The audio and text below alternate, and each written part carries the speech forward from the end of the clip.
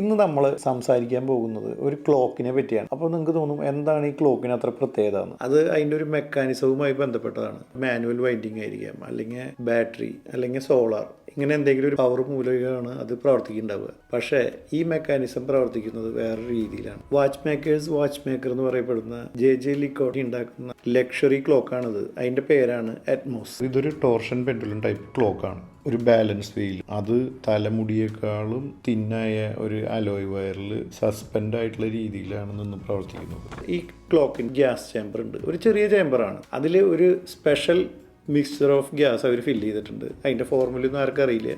ആ ഒരു ചേമ്പറിന് ഒരു പ്രത്യേക രീതിയിൽ ഇതിൻ്റെ മെക്കാനിസമായിട്ട് അവർ കണക്ട് ചെയ്തിട്ടുണ്ട്. അന്തരീക്ഷത്തിലെ താപനില കൂടുന്നതോ കുറയുന്നതോ അനുസരിച്ച് ഇത് വികസിക്കുകയും സങ്കോചിക്കുകയും ചെയ്യും. ഇതിൽ 1 ഡിഗ്രി കൂടുകയോ കുറയുകയോ ചെയ്താൽ ഇത് മിനിമം ഒരു 48 മണിക്കൂർ പ്രവർത്തിക്കാനുള്ള പവർ സേവ് ചെയ്യും.